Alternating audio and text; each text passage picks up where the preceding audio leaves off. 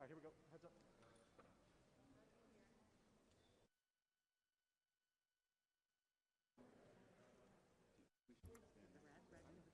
You want to take this spot, I'll go over there. To the pool.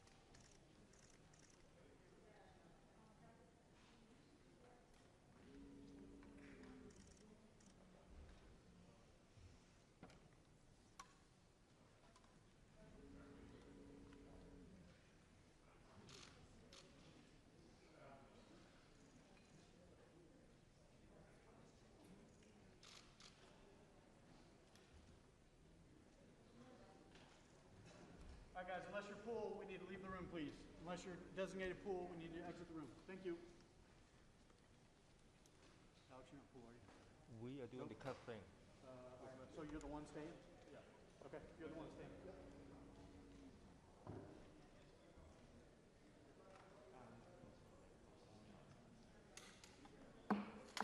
Welcome, everybody, to today's hybrid hearing. Pursuant to House rules, some members will appear in person and others will appear remotely via Zoom. For members appearing remotely, I know you are all familiar with Zoom by now, but let me remind you. First, the House rules require that we see you, so please have your cameras turned on at all times. Second, members appearing remotely who are not recognized should remain muted to minimize background noise. Third, I will recognize members verbally, but members retain the right to seek recognition verbally in regular order. Lastly, if you want to be recognized outside of regular order, you may identify that in several ways. You may use the chat function to send a request, you may send an email to the majority staff, or you may unmute your mic to seek recognition. We will begin the hearing in just a moment when they tell us they are ready to begin the live stream.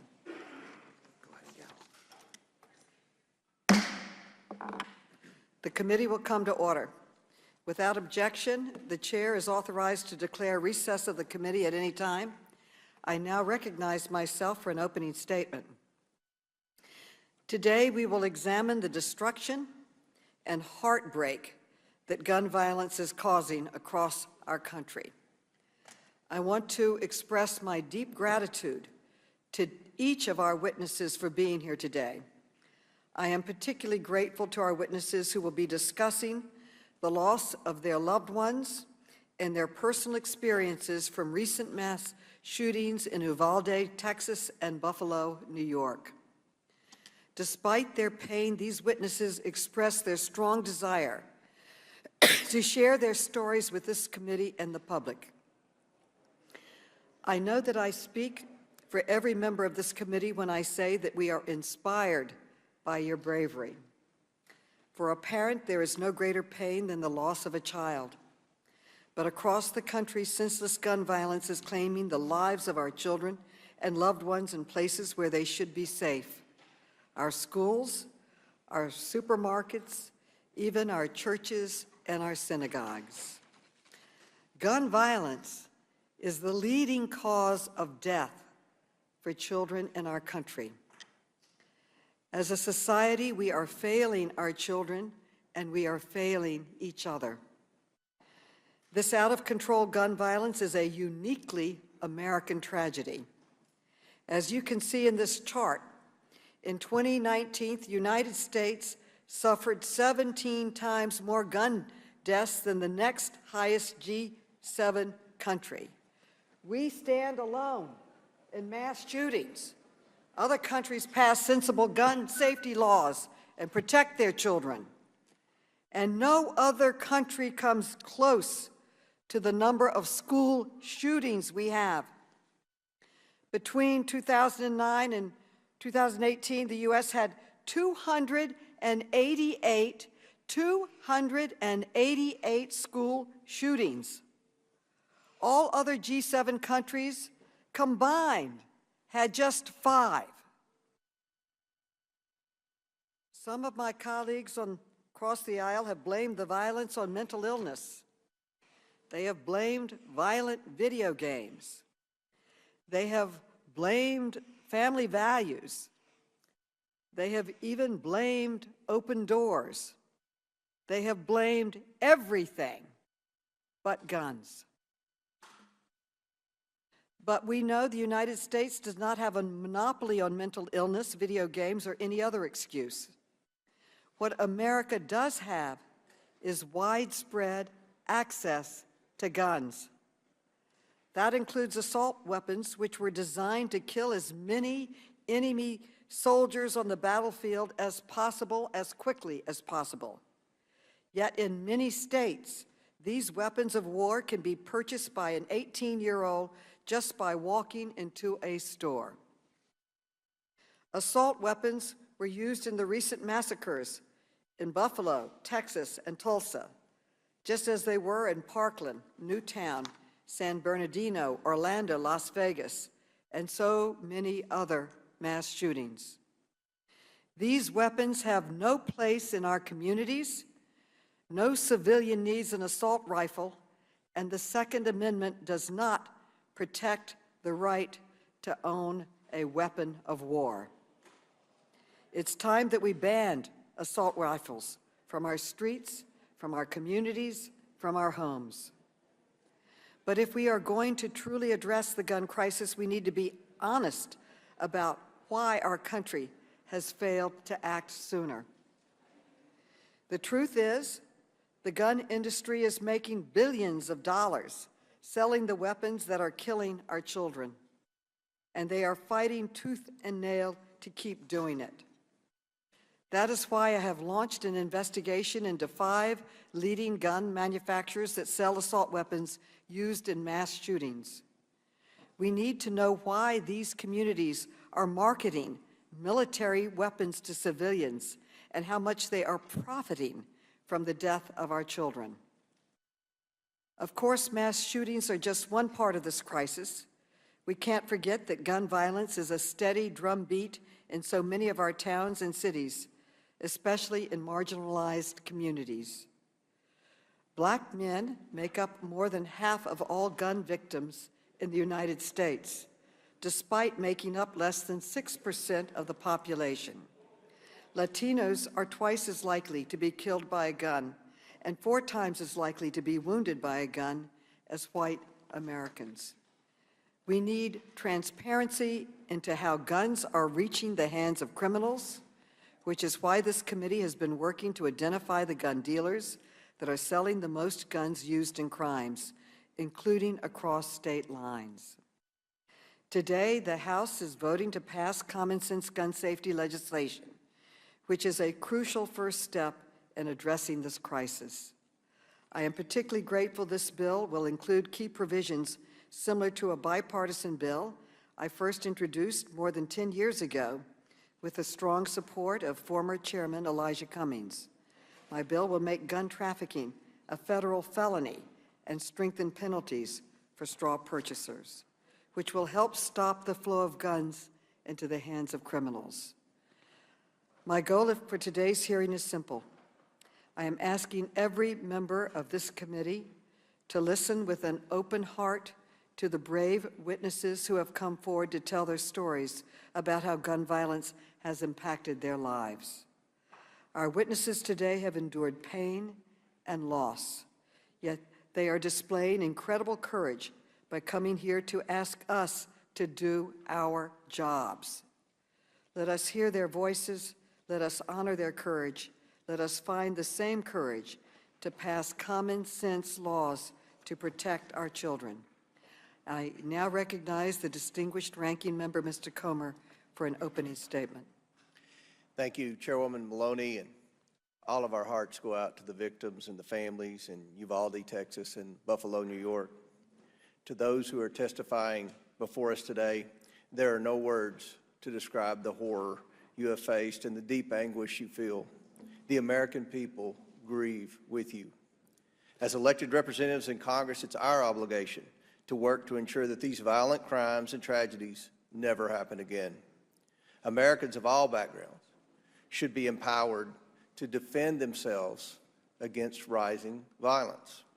The increased violence we have witnessed since the summer of 2020 is unacceptable. Murders and aggravated assaults are all up. This is a trend we must reverse. We have recently witnessed several high-profile, senseless acts of murder and mayhem that have impacted all Americans, including, tragically, our defenseless and innocent school children.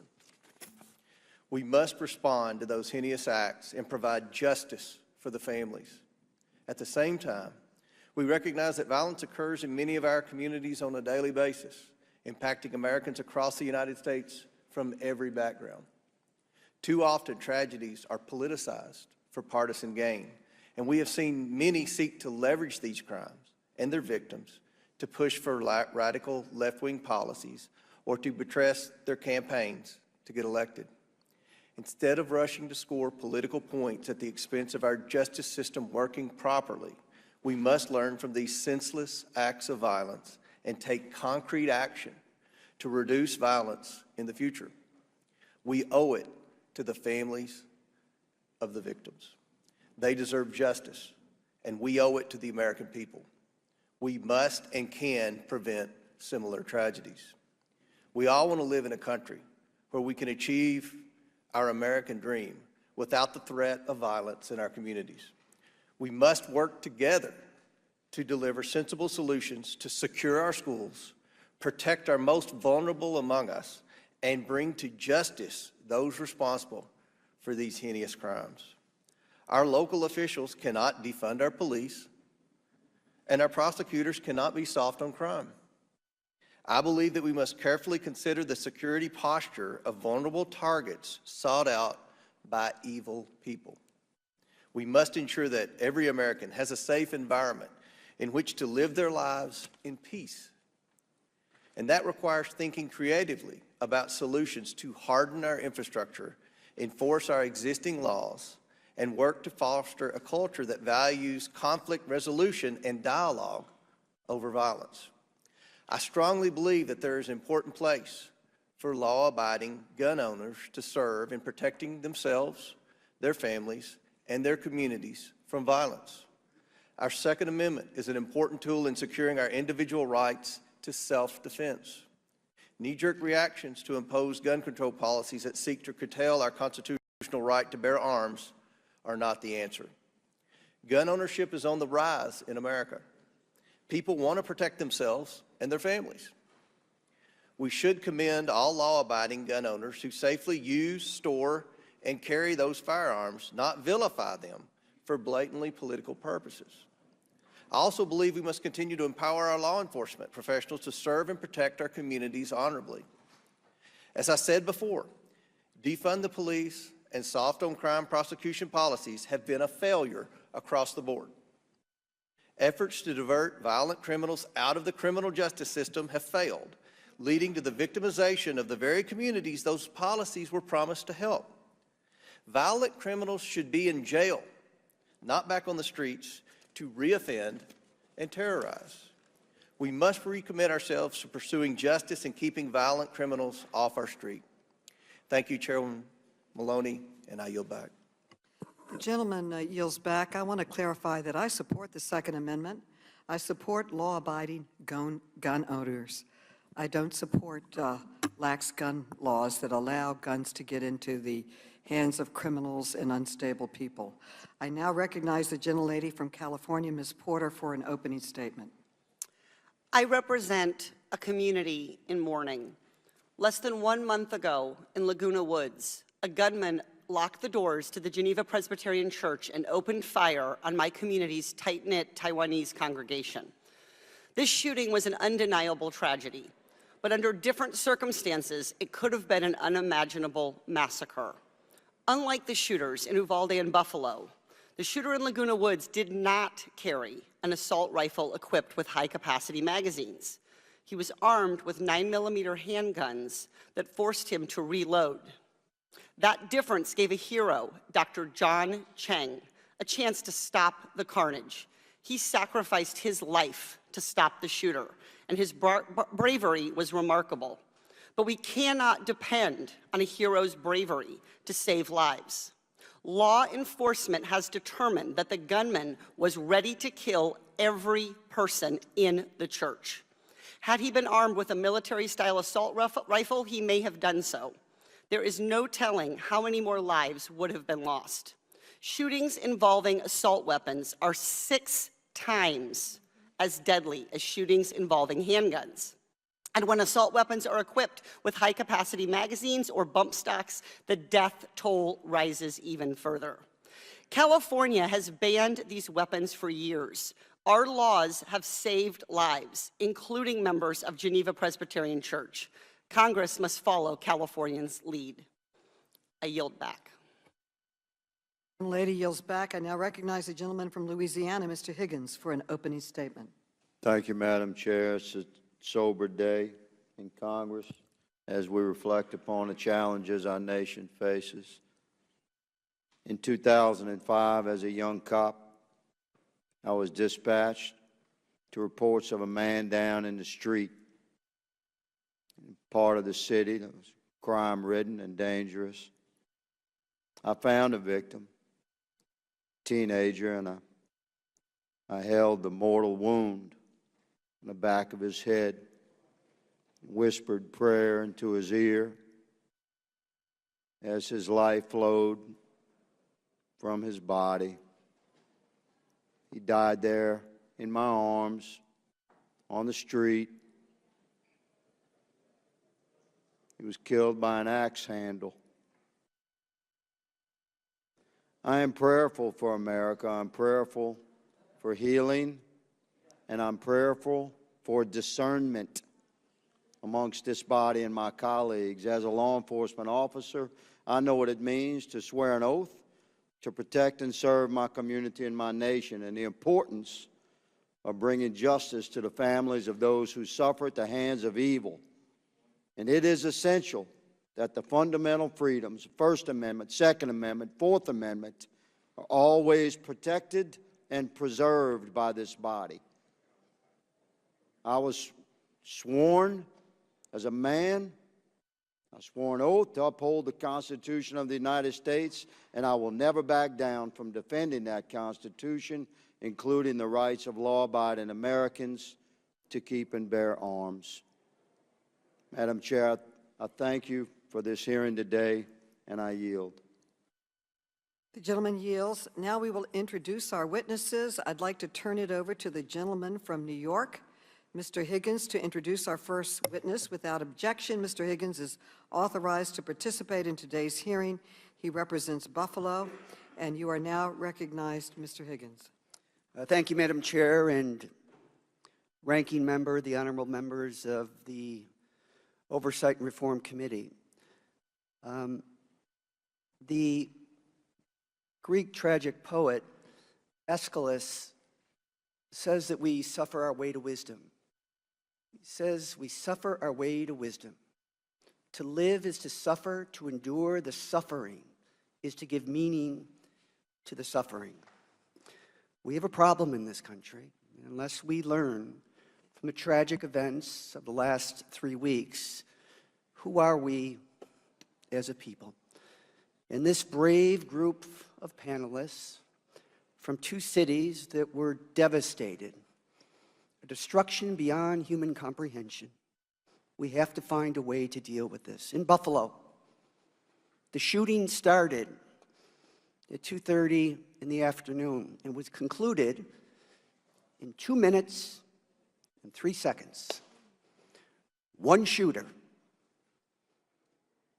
a semi-automatic weapon, 13 people shot, 10 dead, one shooter. If you look for a common denominator in all of these, it's typically someone that should never have had a gun with a high-capacity weapon to kill as many people as quickly as possible. Zanetta Everhart is here. She is a friend and a proud citizen of the city of Buffalo. Zanetta is with us today as the mother of a Buffalo mass shooting survivor, Zaire Goodman. Zaire was working at the Tops Friendly Market that was targeted by a white supremacist, racist, deranged gunman. Zaire is also a colleague in government. She is the Director of Diversity and Inclusion for my friend and colleague, New York State Senator Tim Kennedy. Zanetta's story is both tragic and magic. And with that, it gives me great honor to present to the committee Zanetta Everhart. Thank you. And after Ms. Everhart, we will hear from Dr. Roy Guerrero, who is a pediatrician in Uvalde, Texas. Then we will hear from Miah Cerrillo, who is a 4th grader at Robb Elementary School in Texas. Miah will be sharing her experience in a pre-recorded video. Her father, Miguel, is with us in the room today and will be making brief remarks after his daughter's video. Then he will excuse himself. Next, we will hear from Felix and Kimberly Rubio, who are the parents of Lexi Rubio, who tragically lost her life in the Texas shooting. I now recognize the gentleman from Georgia, Mr. Heiss, to introduce our last witness on this panel. Thank you, Madam Chair. It's my honor to recognize Lucretia Hughes. She is a part of my constituency, an incredibly bright light in our 10th district, and she has an extremely compelling story. I just wanted to publicly recognize Lucretia. I want to thank you for being here today. I know it's hard to share the story that you come to us with, but we are grateful that you're here. And I just, Madam Chair, I want to say thank you for just these few seconds to recognize Lucretia Hughes and welcome her here. I yield. Thank you. The witnesses will be unmuted so we can swear them in. Please raise your right hands. Do you swear or affirm that the testimony you are about to give is the truth, the whole truth, and nothing but the truth? So help you God. I do. Let the record show that the witnesses answered in the affirmative. Thank you, and without objection, your written statements will be made part of the record. With that, Ms. Everhart, you are now recognized for your testimony. Please testify, Ms. Everhart. Thank you, Chairwoman. Zaire, my son Goodman, my son, or as I like to call him, the kid, was shot and injured by a domestic terrorist on Saturday, May 14, 2022, at the Tops grocery store where he was an employee in a historically Black community on Jefferson Avenue in Buffalo, New York. Zaire, the kid, is now a 21-year-old man. He's pure joy. He's everything that is good in this world. And as I sit here before you today, I can hear my son telling me to stop being extra and get to the point. I was going to tell you all a bunch of fluffy, funny stories about Zaire, but I have a message, so I'll get to the point. As Director of Diversity and Inclusion with New York State Senator Tim Kennedy's office, stories of gun violence and racism are all too familiar, but now these stories are Zaire stories. These problems literally knocked on my front door. These are issues that as a country we do not like to openly discuss. Domestic terrorism exists in this country for 3 reasons. America is inherently violent. This is who we are as a nation. The very existence of this country was founded on violence, hate, and racism, with the near annihilation of my Native brothers and sisters. My ancestors brought to America through the slave trade were the first currency of America. Let me say that again for the people in the back.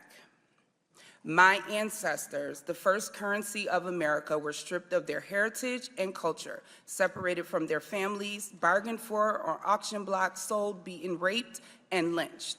Yet I continuously hear after every mass shooting that this is not who we are as Americans and as a nation. Hear me clearly. This is exactly who we are. Education. Majority of what I have learned about African American history, I did not learn until I went to college, and I had to choose those classes. Why is that? Why is African American history not a part of American history? African Americans built this country from the ground up. My ancestors' blood is embedded in the soil. We have to change the curriculum in schools across the country so that we may adequately educate our children. Reading about history is crucial to the future of this country. Learning about other cultures, ethnicities, and religions in schools should not be something that is up for debate. We cannot continue to whitewash education, creating generations of children to believe that one race of people are better than the other. Our differences should make us curious, not angry. At the end of the day, I bleed, you bleed. We are all human. That awful day that will now be a part of the history books, hopefully, let us not forget to add that horrific day to the curriculum that we teach our children. Guns. The 18-year-old terrorist who stormed into my community armed with an AR-15, killing 10 people and injuring 3 others, received a shotgun from his parents for his 16th birthday. For Zaire's 16th birthday, I bought him a few video games, some headphones, a pizza, and a cake. We are not the same. How and why? And what in the world is wrong with this country? Children should not be armed with weapons. Parents who provide their children with guns should be held accountable. Lawmakers who continuously allow these mass shootings to continue by not passing stricter gun laws should be voted out. To the lawmakers who feel that we do not need stricter gun laws, let me paint a picture for you. My son, Zaire, has a hole in the right side of his neck, 2 on his back, and another on his left leg, caused by an exploding bullet from an AR-15. As I clean his wounds, I can feel pieces of that bullet in his back. Shrapnel will be left inside of his body for the rest of his life. Now I want you to picture that exact scenario for one of your children. This should not be your story or mine.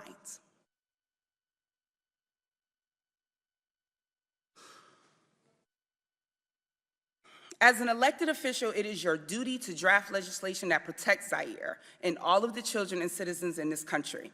Common sense gun laws are not about your personal feelings or beliefs. You are elected because you have been chosen and are trusted to protect us. But let me say to you here today, I do not feel protected.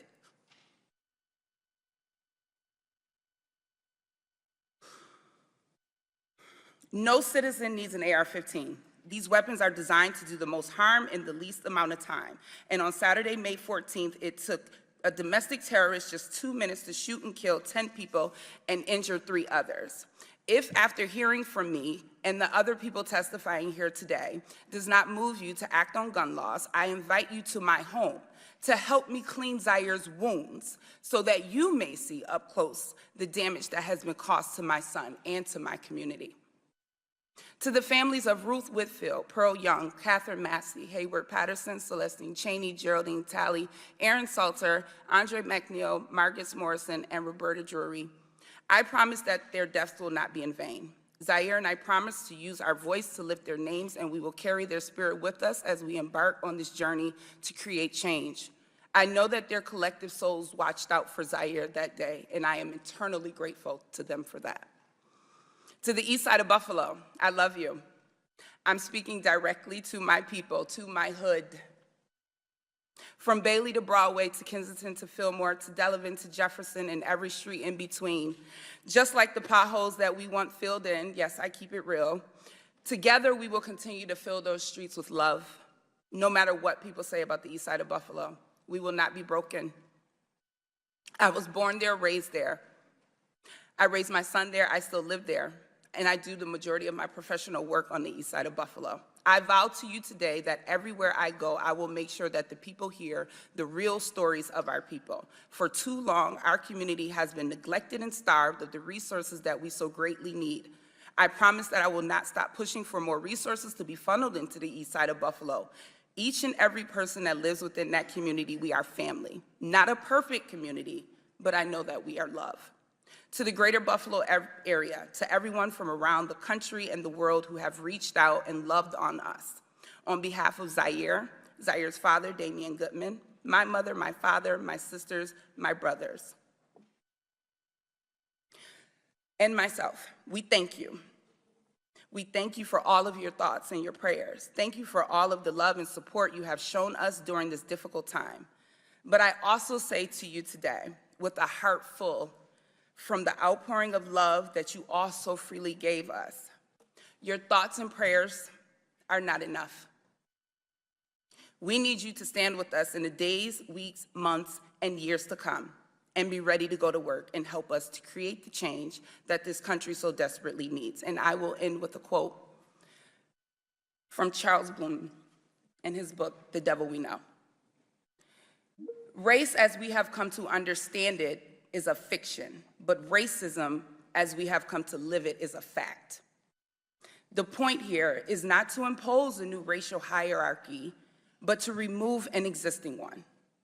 After centuries of waiting for white majorities to overturn white supremacy, it is to me that it has fallen to Black people to do it themselves, and I stand at the ready. Zaire, this is for you, kid. Happy birthday. Thank you. Dr. Guerrero, you are now recognized for your testimony. Thank you. Thank you, Chairwoman. My name is Dr. Roy Guerrero. I'm a board-certified pediatrician and was president at Uvalde Memorial Hospital the day of the massacre on May 24th, 2022 at Robb Elementary School. I was called here today as a witness, but I showed up because I am a doctor. Because how many years ago I swore an oath to do no harm. After witnessing firsthand the carnage in my hometown of Uvalde, to stay silent would have betrayed that oath. Inaction is harm. Passivity is harm. Delay is harm. So here I am, not to plead, not to beg or convince you of anything, but to do my job, and hope that by doing so, it inspires the members of this House to do theirs. I've lived in Uvalde my whole life. In fact, I attended Robb Elementary School myself as a kid. As often is the case with us grown-ups, we remember a lot of the good and not so much of the bad. So I don't recall homework or detention. I remember how much I loved going to school. What a joyful time it was. Back then, we were able to run between classrooms with ease to visit our friends. And I remember the way the cafeteria smelled at lunchtime on Hamburger Thursdays. It was right around lunchtime on a Tuesday that the gunman entered the school through a main door without restriction, massacred 19 students and 2 teachers, and changed the way that every student at Robb and their families will remember that school forever. I doubt they'll remember the smell of the cafeteria or the laughter ringing in the hallways. Instead, they'll be haunted by the memory of screams and bloodshed, panic and chaos, police shouting, parents wailing. I know I will never forget what I saw that day. For me, that day started like any typical Tuesday in our pediatric clinic. Moms calling for coughs, boogers, sports physicals, right before the summer rush.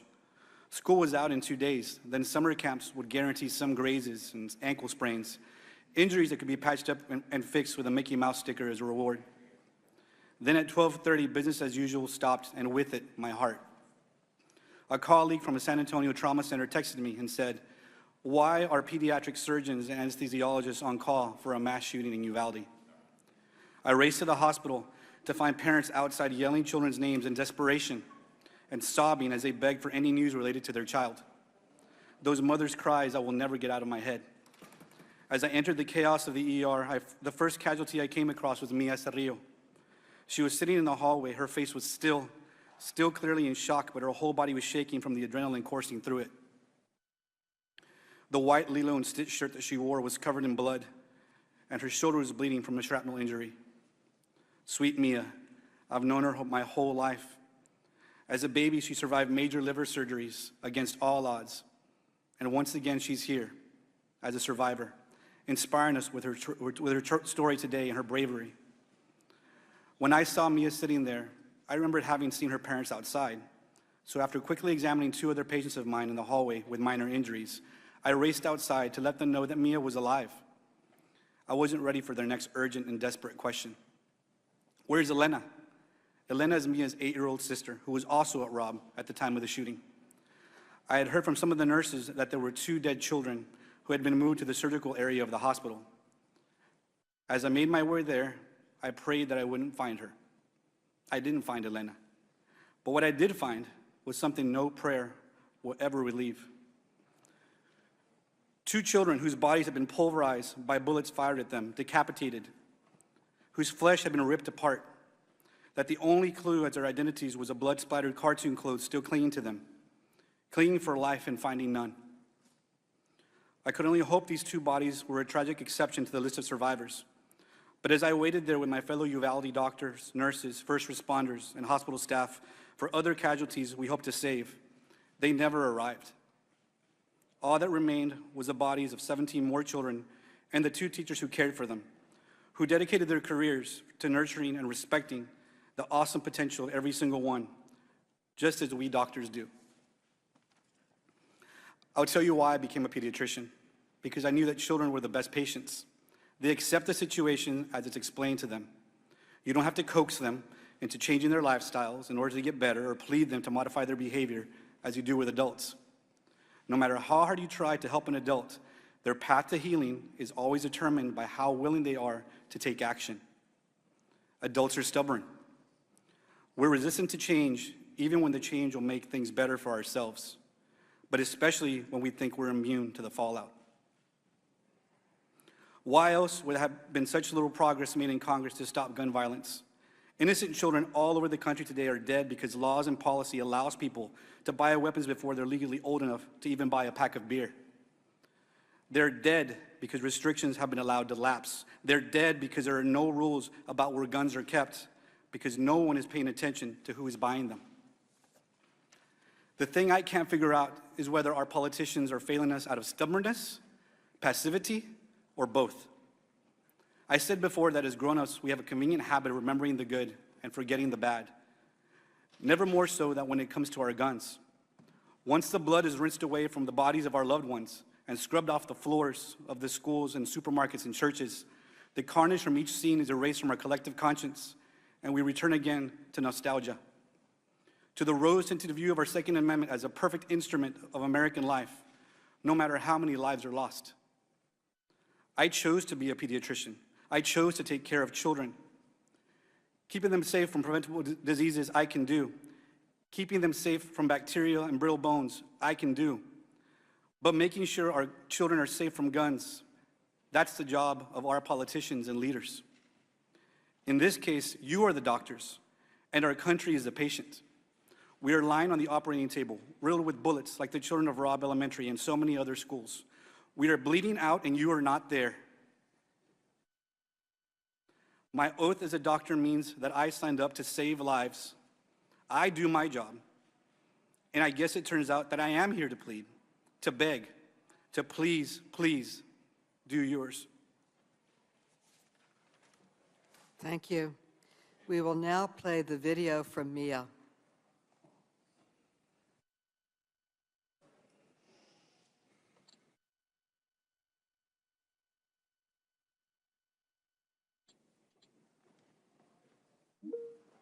name is Miah Cerrillo, and I go to Robb Elementary.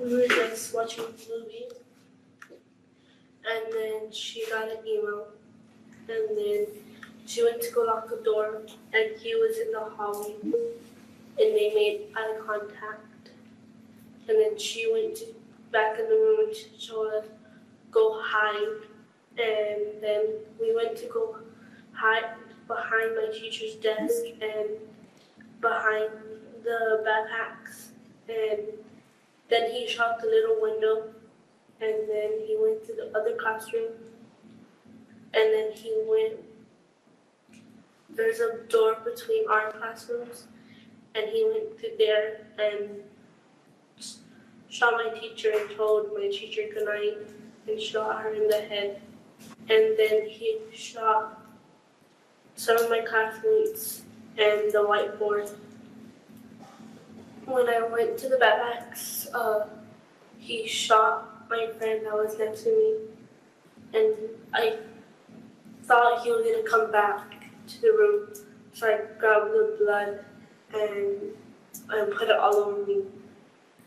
And What did you do then when you put the blood on yourself? just stay quiet, and then I got my teacher's phone and called 911. And what did you tell 911? I told her that we need help and to send the police in our classroom.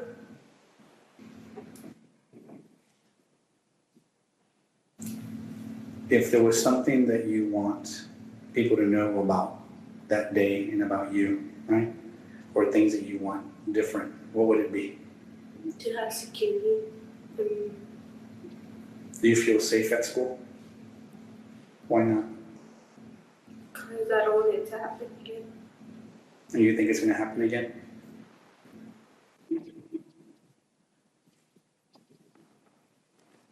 Mr. Cerrillo, you're now recognized. Hello.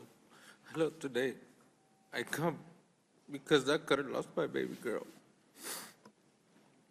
She is not the same little girl that I used to play with, hang around with, and do everything, because she was daddy's little girl. I have 5 kids, and she's the middle child. I don't know what to do, because I think I would have lost my baby girl. My baby girl is the world, 'cause not only once, but twice, she came back to us. She's everything, not only for me, but her siblings and her mother. I thank y'all for letting me be here and speak out, but I wish something will change, not only for our kids, but every single kid in the world, because schools are not safe anymore. Something needs to really change. Thank you. Thank you for your testimony, and I understand you are now leaving. We thank you for sharing your story. Thank you, and Mr. and Mrs. Rubio, you are now recognized for your testimony. I am Kimberly Rubio. This is Felix Rubio. We're the parents of Alexandria Anaya, best known as Lexi Rubio, and 5 other children, who all attended Uvalde Public Schools during the 2021-2022 school year.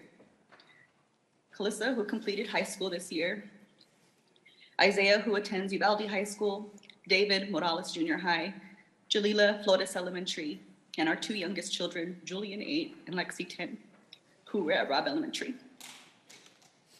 On the morning of May 24th, 2022, I dropped Lexi and Julian off at school a little after 7 a.m. My husband and I returned to the campus at 8 a.m. for Julian's award ceremony, and again at 10:30 a.m. for Lexi's award ceremony. Lexi received the Good Citizen Award and was also recognized for receiving all A's. At the conclusion of the ceremony, we took photos with her before asking her to pose for a picture with her teacher, Mr. Reyes. That photo, her last photo ever, was taken at approximately 10:54 a.m. To celebrate, we promised to get her ice cream that evening. I told her we loved her and we would pick her up after school. I can still see her walking with us toward the exit. In the reel that keeps scrolling across my memories, she turns her head and smiles back at us to acknowledge my promise. And then we left. I left my daughter at that school, and that decision will haunt me for the rest of my life. Afterward, Felix dropped me off at my office, the Uvalde Leader News, and returned home because it was a rare day off for him between normal shifts and security gigs he takes to help make ends meet. I got situated at my desk and began writing about a new business in town when the news office started hearing commotion on the police scanner, a shooting on Diaz Street near Robb Elementary. It wasn't long before we received word from my son's teacher that they were safe, secure in the classroom. Once evacuated from campus, the children were reunited with parents and guardians at the Civic Center. My dad picked up Julian from the Civic Center and took him to my grandmother's house. One of our Robb kids was safe. We focused on finding Lexi. Bus after bus arrived, but she wasn't on board. We heard there were children at the local hospital, so we drove over to provide her description. She wasn't there. My dad drove an hour and a half to San Antonio to check with the university hospital.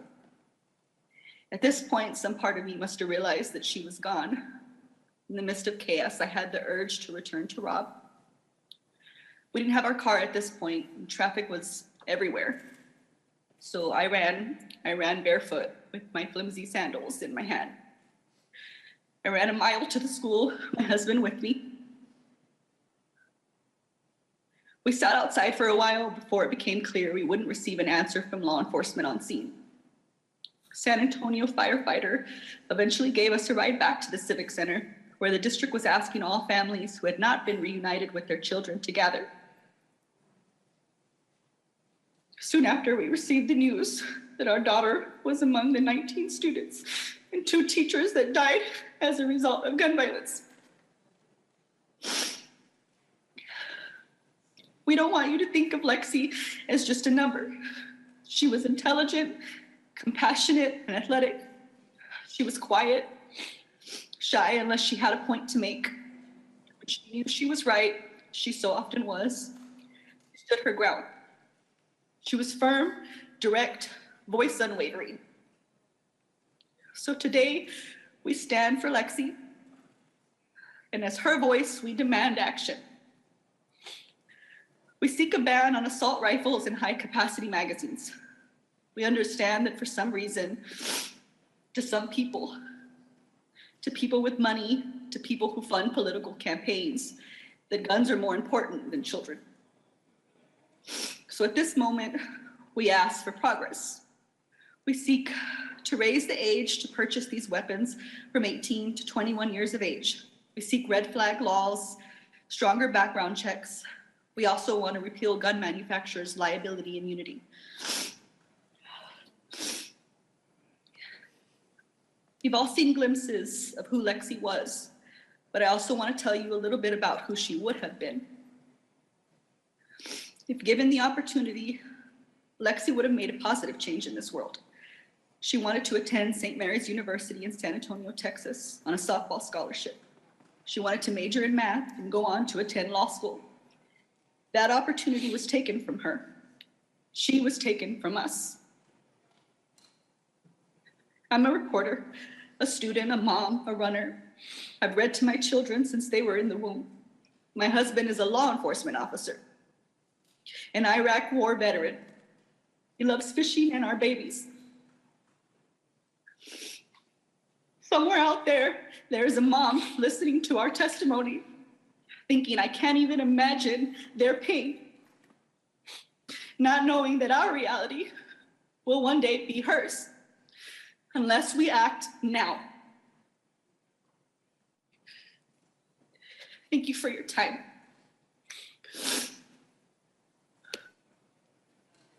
Thank you for your testimony. Ms. Hughes, you are now recognized for your testimony.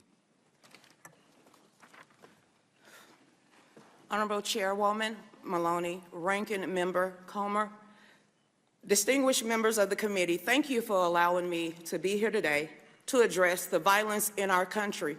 My name is Lucretia Hughes Klukin. I have 4 children and 9 grandchildren. On the night of April the 2nd, 2016, my family got a phone call that would change our lives forever. My ex-husband answered the phone and let out a blood-curdling scream, a scream of pain from the depths of his soul.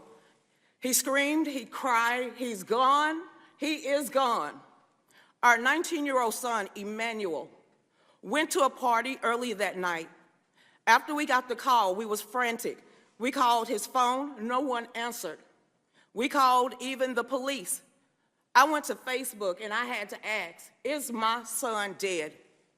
I found out that he was shot point blank in the head and killed while playing dominoes.